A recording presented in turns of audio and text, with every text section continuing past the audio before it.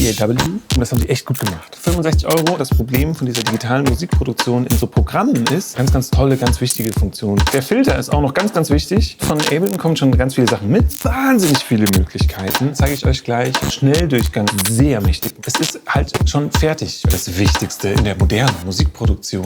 Hallo, ich bin LFOMe und wir sind in der 3. Folge meiner lustigen Musikdemokratisierungsaktion.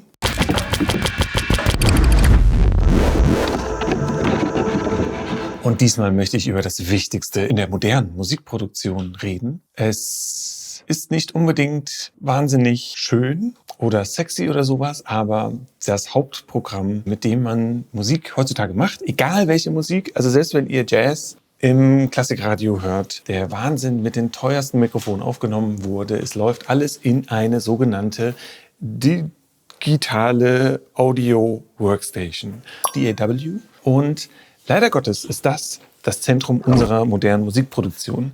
Warum leider Gottes? Weil es halt kein Instrument ist. Ja, weil man Musik in einem bekackten Programm macht, das finde ich irgendwie doof. Ich habe irgendwie Schlagzeug gespielt und Gitarre nicht, nein, aber Klavier und Geige und so schön. Das Schöne an so Instrumenten ist, dass man seine Hände halt sehr toll benutzen kann. Und das ist das, was ich an Programmen scheiße finde, dass man seine Hände nicht vernünftig benutzen kann. Und dann kommt halt noch hinzu, dass man über dieses Touchpad hier diesen komischen Mauszeiger durch die Gegend fummelt, wobei man ja eigentlich viel effizienter sein könnte, wenn man alle Finger benutzen könnte. Also das ist wirklich eine Hassliebe, weil diese Programme können Sachen, die man sich vor 20 Jahren noch nicht zu träumen wagte, ja, sie sind aber immer noch total scheiße zu bedienen. Und wir kommen nicht weg von ihnen. Also man könnte jetzt versuchen, rein Hardware, aber ich schweife ab. Ich fange an zu schwafeln. Jetzt für dieses Projekt war auch ein Gedanke, warum nicht nur mit Freeware arbeiten. Also mit einer kostenlosen DAW. Ich habe ein paar Freeware-Audio-Workstations ausprobiert. Das Traction ist zum Beispiel einer. Dann gibt's Cakewalk. Bandcamp hat Cakewalk irgendwie gekauft. Das ist ein sehr mächtiges, sehr großes Programm. Dann gibt's noch Ardour. Es gibt ein paar. Reaper ist auch eigentlich kostenlos. Es ist tatsächlich so, dass jeder, der da so ein bisschen drinsteckt in der elektronischen Musikproduktion, der hat so seinen einen Favorite-Sequencer. Und den zu wechseln kostet sehr viel Zeit, weil man sich an einen völlig neuen Workflow gewöhnen muss und eine völlig neue Art, Dinge zu machen. Und ich merkte halt einfach relativ schnell, dass wenn ich jetzt anfange, mich in Cakewalk reinzufuchsen, wird das nichts mit einer EP und 2 Stücken. Weil dann muss ich mich erstmal 2 Monate lang daran gewöhnen und innerlich fluchen, weil ich schon sagen kann, dass das jetzt nicht die modernste Art und Weise war, wie man heutzutage Ton behandeln kann. Und da bin ich dann doch recht schnell zu der Erkenntnis gekommen, nachdem ich mir die wirklich ein bisschen ernsthaft angeguckt habe. Ich habe auch Traction wirklich ernsthaft angeguckt und diese komischen Pfeile hintereinander geschoben und so.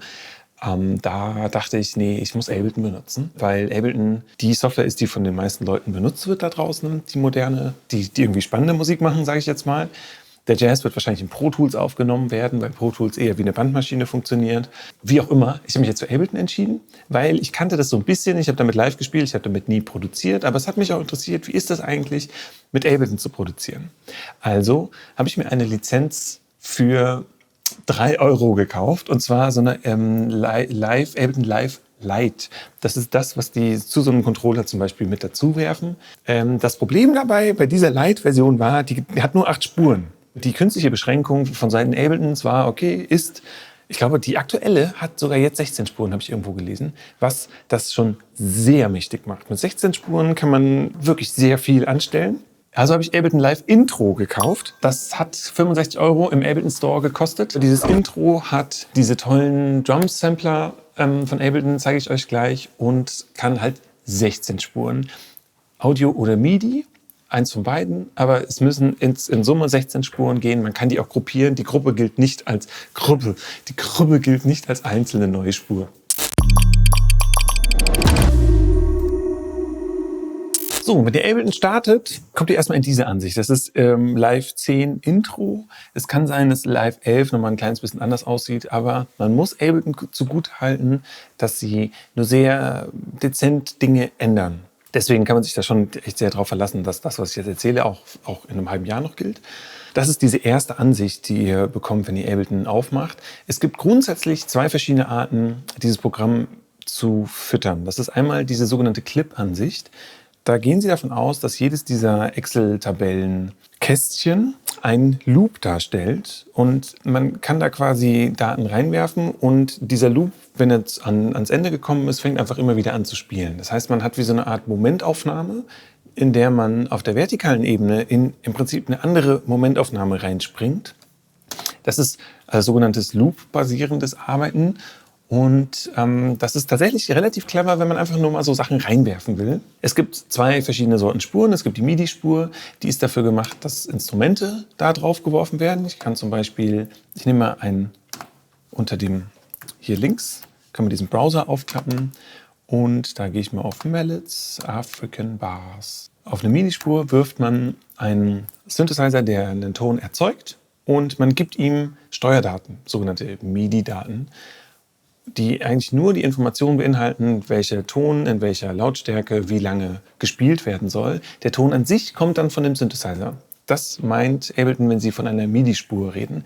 Wenn ich hier unten auf diesem, neben dem Lautstärke-Dings, auf diesen Button unter dem S, das S bedeutet Solo, dass man nur diese Spur hört, wenn ich da drunter auf das Teil klicke, ist diese Spur scharf geschaltet. Wenn ich dann zur Taste drücke, kommt was.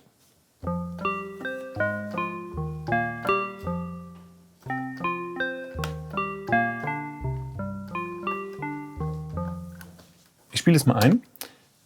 Wenn ich jetzt Play drücke, läuft das Ding einfach so. Es passiert ja nichts, ich habe ja nichts drin. Ich will meinen Klick haben. Ist mir zu schnell. Hier links habe ich die Geschwindigkeit. So. Wenn ich Record drücke, passiert in dem Fall nichts, weil, aber ihr habt gesehen, nee, doch, wenn ich hier unten, ja. Wenn ich hier unten das Ding scharf schalte, ändert sich der Stop-Button zu einem Kreis. Kreis bedeutet immer Record, überall, immer. Das heißt, wenn ich jetzt einen Loop aufnehmen will, drücke ich hier Record und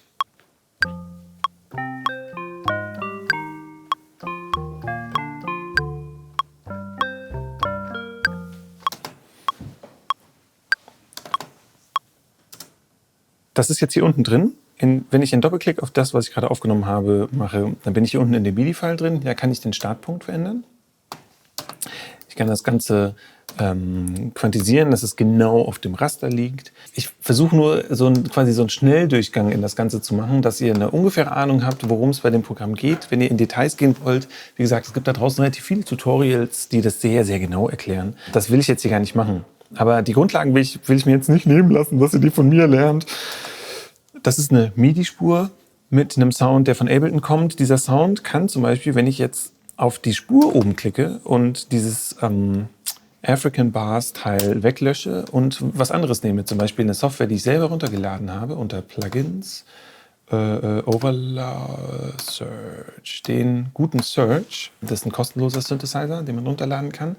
Da nehme ich auch mal Plugs und Ultraviolet.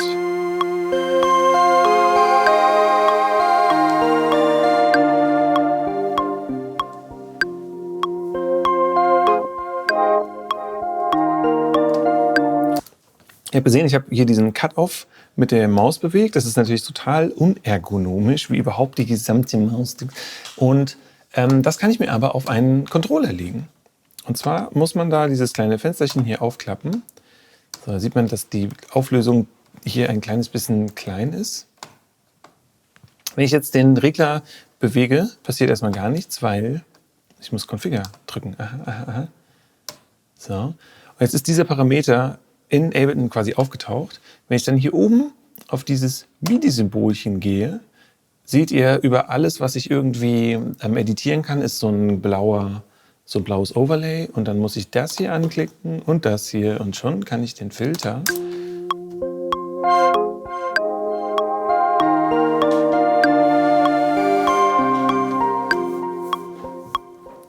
mit diesem Knopf drehen. Das ist wirklich ziemlich cool. Also das rate ich euch regelmäßig zu machen, dass man so ein bisschen ein Gefühl bekommt, dass also ein Ton editiert sich schöner, wenn man ihn zumindest halbwegs anfassen kann. Ich werde mal kurz in die zweite MIDI-Spur noch irgendwie so Drums. Da gehe ich in den Browser da nehme ich einfach mal die Sounds, die halt mitkommen von Ableton. Der So Future Kit. Da bin ich mal gespannt, wie futuristisch das Ding klingt.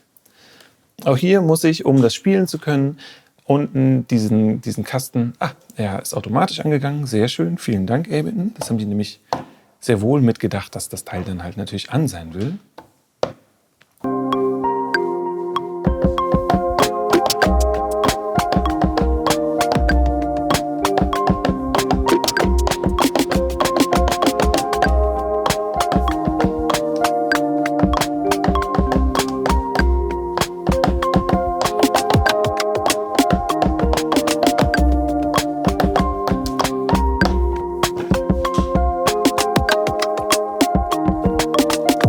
Also dieses Delay ist ja totaler Quatsch. Ah, schon besser. Aha.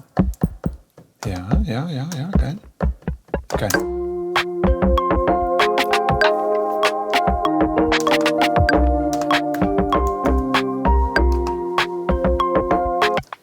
Dann gibt es diese Audiospuren, in die legt man keine Steuerdaten, sondern legt man das eigentliche Audio rein. Es kostet keine Prozessorleistung, so gut wie keine. Und es ist halt schon fertig. Also ihr könnt irgendwo, es gibt ganz viele Sample-Libraries mit Sounds, die ihr kostenlos benutzen könnt. Achtet bitte bei Audio drauf, dass diese Sounds, dass ihr die wirklich auch frei benutzen dürft und nicht irgendwoher klaut.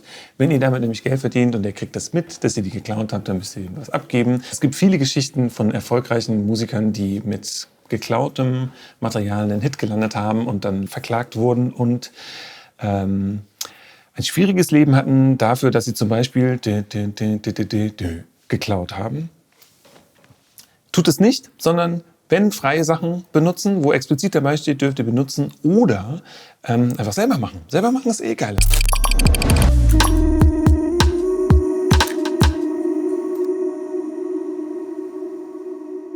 Man kann zum Beispiel mit Ableton Sachen stretchen, langziehen, pitchen und das klingt einfach nochmal ganz anders, als wenn man jetzt einen Synthesizer dazu bringt, irgendwie sowas Ähnliches zu tun. Das geht eigentlich gar nicht. Also Audio ist auch spannend. Ich erkläre noch ganz kurz, wie diese Send-Geschichte funktioniert. Man kann in die Return-Kanäle hier drüben, also in die Send-Kanäle, die sind auch schon vorbelegt mit Reverb und Delay. Das Reverb ist ein Hall.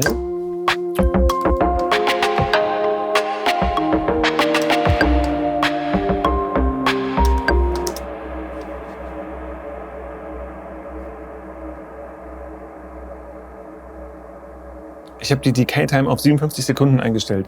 Ob ich in der Zeit es schaffe, einen Kaffee zu kochen? Das ist der Hall. Und das Delay klingt dann so. Ich mache das Sync aus. Ich habe einen Over. Ich bin im Roten. Der Masterout hat einen Peak von 2,73 über der Null. Deswegen hat es auch gerade so ein bisschen gezerrt. Das ist nicht schön. Sowas wollen wir eigentlich nicht. Deswegen muss ich eigentlich ein kleines bisschen leiser machen und so. Das sind die Sends. Da könnt ihr quasi aus allen Spuren vorher Audiosignale rüber in die Sendwege werfen. Ableton Intro erlaubt 2, man könnte normalerweise viel mehr haben. Jetzt meine Erfahrung sagt, mehr als 2 würde ich nicht machen, weil das kriegt man in der Birne eh nicht mitgeschnitten, was genau dann da passiert. Das ist sowieso ein Problem. Ich fange wieder an zu schwafeln, aber ich möchte es gesagt haben, das Problem von dieser digitalen Musikproduktion in so Programmen ist, die sind nicht gut bedienbar, weil es Programme sind, aber sie haben so wahnsinnig viele Möglichkeiten, dass man, die nutzt niemand. Es hat keiner eine Chance, da auch nur ansatzweise die wirklich mal auszunutzen. Und ganz häufig, auch mir geht es so, stehe ich wie so ein Ochs vom Wald und brauche erst mal 1,5 Stunden, um so das Gefühl zu haben, okay, jetzt habe ich das irgendwie im Griff. Wenn ich das im Griff habe, dann ist es ziemlich cool, weil dann kann man da wirklich ganz tolle Sachen machen. Aber bis dieser Moment kommt, da brauche ich auch wirklich sehr lange. Also in dem Browser hier links kommen relativ viele Sounds, Drums und auch gesampelte Instrumente mit. Es kommen auch Loops, glaube ich. Samples hier, guck mal. Ja, ganz geil.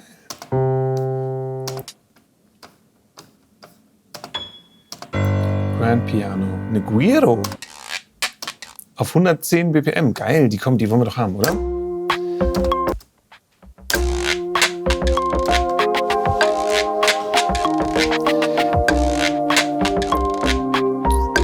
Was in Ableton sehr cool ist, deswegen damit sind sie bekannt geworden, man kann unabhängig von dem Tempo Sachen transponieren, Audio transponieren, das ging vorher nicht so einfach. Und Ableton zieht automatisch, wenn es weiß, wie lange so ein Stück ist, zieht es automatisch das Audio in on time. Also wenn ihr jetzt 2 Takte von irgendwas da reinwerft, auch wenn es ein anderes Tempo ist und Ableton weiß, dass es 2 Takte ist, dann wird es das automatisch anpassen, ohne dass sich die Tonhöhe ändert.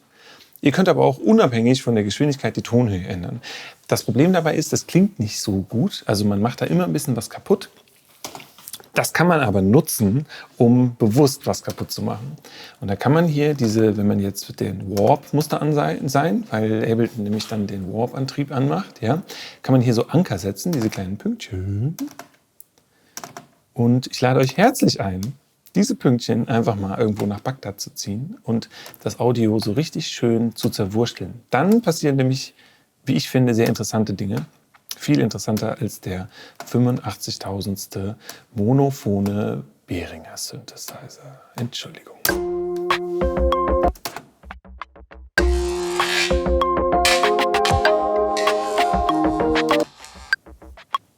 Und nochmal, Loop habe ich ausgemacht, sorry.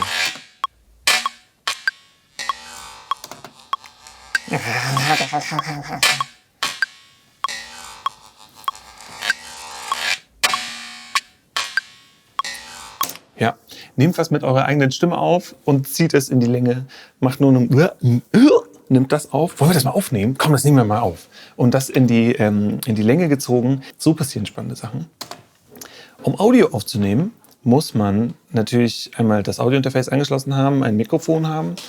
Also das Mikrofon ans Audiointerface angeschlossen haben. Und dann kann man bei diesem In-Out-Dings in dieser Zwischenposition hier, wo ich gerade meine Maus drüber bewege, muss man auf den Eingang, an den das Mikrofon ankommt, das ist der Eingang 1, schalten, den Monitor anmachen und jetzt hört ihr mich wahrscheinlich ein bisschen doppelt.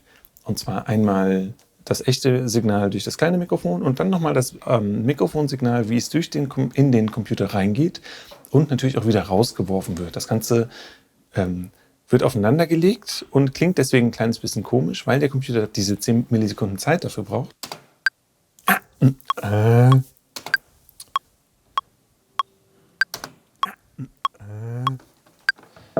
Und das Stretchen.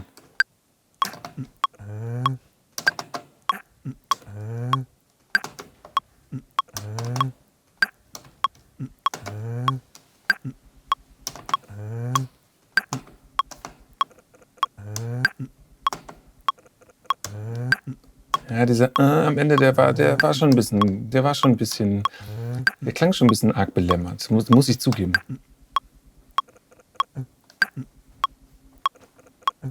Das ist schon sehr belämmert. Hä?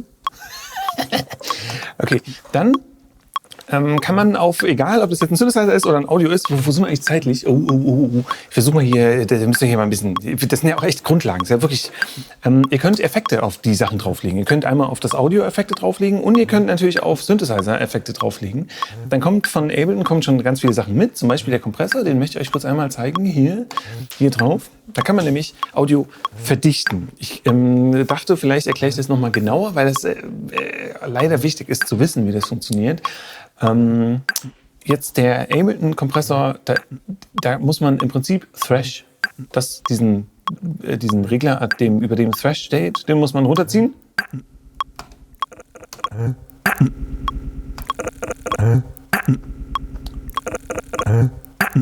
So, dann der Filter ist auch noch ganz, ganz wichtig. Mit dem kann man nämlich Sachen filtern, Frequenzen wegfiltern.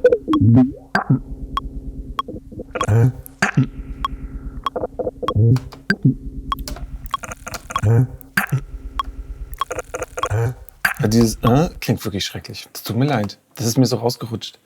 Das ist vielleicht mein inneres Ich. Genau, der Filter ist noch wichtig. Man kann auch, da kommen jetzt die Freeware, die sogenannten Plugins ins Spiel von Drittanbietern. Also von Programmierern, die denken, sie könnten etwas besser, kann man sich runterladen, in einen bestimmten Ordner legen. Und die sind zum Teil sehr, sehr gut und nämlich auch ein kleines bisschen besser als die Sachen, die mit Ableton mitkommen oder können einfach anders oder klingen auch einfach ein bisschen anders. Da ist wirklich, also diese Offenheit im Sinne der Plugins, das ist toll an der Musikproduktion. Stellt euch vor, ihr könnt euch bedienen an lauter verschiedenen Synthesizern oder Effektgeräten und es ist relativ vieles kostenlos und wenn ihr für was bezahlt, ist das nicht so sehr viel, aber die Wirkung ist ganz, ganz toll. Die gibt es hier auch, zum Beispiel diesen Tube Amp von Voxengo, ich weiß nicht, ob es ein Pole oder ein Russe ist, macht ganz, ganz tolle Sachen.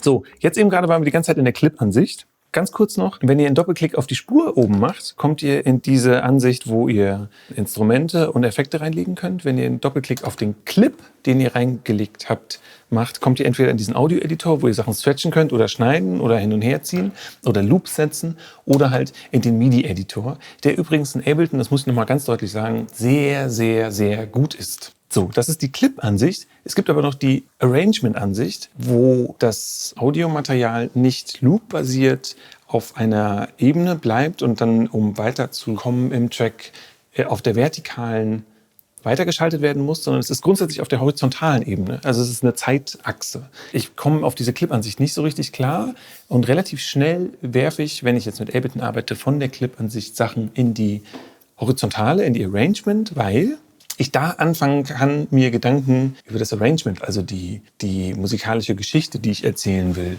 machen kann. Das ist nämlich der nächste und leider auch ein sehr, sehr komplizierter Schritt. Nämlich, du hast da einen Loop, ja, das funktioniert alles super. Und sobald du anfängst, aus dem Loop einen eigentlichen Track zu machen, kann das auch sein, dass dieser Loop in sich zusammenfällt und einfach nichts mehr kommt. Also der einfach total langweilig ist. Das Rüberziehen geht so. Record drücken.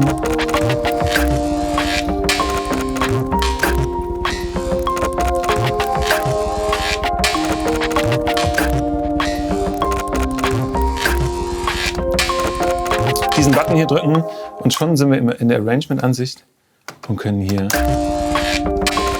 Na, komm schon, komm schon, komm schon, komm schon. So. Und dann hier können wir Sachen ausschneiden, wegcutten, duplizieren mit Ctrl-D. Ich rate auch, Tastaturbelegungen einmal sich anzuschauen und auch zu merken. Man kann zum Beispiel mit STRG-Alt-L unten dieses Teil ausklappen, einklappen, den Browser aufmachen, das mit STRG-D duplizieren und so. Das sind Sachen, auch da muss ich jetzt Ableton mal loben. Das Programm ist ganz eindeutig für diese Sorte Laptop geschrieben. Irgendwie haben sie sich wirklich sehr viele Gedanken gemacht, dass sich das gut anfühlt und dass es so nah an ein Instrument kommt, wie halt so ein bekacktes Programm überhaupt kommen kann. Und das ist ihnen überraschend gut gelungen. Da muss ich, verbitterter alter Mann, die Jungs und Mädels von Ableton, die Mädels und Jungs, ganz eindeutig loben. Das haben sie echt gut gemacht. Das haben sie wirklich gut gemacht. Ich persönlich arbeite mit Bitwig. Das kann noch ein paar Sachen mehr, aber dieses Interface, das haben sie nicht so gut hinbekommen. Beziehungsweise da merkt man, da haben sie nicht diese 10 Jahre Gedanken gut, die Jungs und Mädels von Ableton da reingebracht haben. Hier in ihr Programm. Wirklich toll. Was noch wichtig zu wissen ist, Automation bedeutet, man kann Dinge bewegen und aufnehmen. Record an, ist übrigens F9.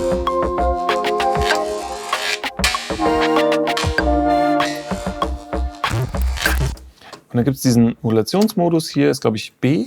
Nee, warte, B war noch was anderes. Gibt es einen Shortcut, habe ich jetzt vergessen. A, na klar, Automation. Macht ja Sinn. Weil ich total cool finde, wenn man etwas ausmachen, wenn man etwas ausschalten will, sozusagen muten will, aber nicht löschen, dann ist es einfach eine 0. Das hat Ableton ganz toll gemacht. Da freue ich mich wirklich jedes Mal. Das vermisse ich in anderen Programmen. Automation A, die kann man dann im Nachhinein editieren. Und gerade bei Lautstärke lohnt es sich, wenn man merkt, dass zu häufig sich Sachen übertünchen und so oder so aufschaukeln, dass man da in eine Automation reingeht und das ist einfach ein bisschen per Hand tatsächlich. Mit B hat man so einen Stift und wenn man dazu noch Alt drückt, kann man sogar komplett stufenlos stiften. Das ist auch eine ganz, ganz tolle, ganz wichtige Funktion, die ich euch sehr ans Herz legen möchte. Was ich jetzt erzählt habe, da gibt es ganz, ganz viele ganz tolle Tutorials, die das stundenlang bis ins kleinste Detail ganz genau erklären, dass ihr es auch wirklich alle selber machen könnt. Also die Informationen sind überall da. Wir haben euch auch ein paar coole Links zusammengestellt von Tutorials, die wir gut finden. Ich glaube, ich belasse es jetzt erstmal dabei. Das war die 3. Folge. In der nächsten werden wir uns um die Freeware, also diese Plugins, die es da draußen gibt. Wir werden uns um die Synthesizer, die ich runtergeladen habe und die Effekte, die ich benutzt habe, kümmern. Und da kann ich euch bestimmt das ein oder andere Appetithäppchen nochmal so hinwerfen. Vielen Dank, dass ihr bis jetzt dabei gewesen seid.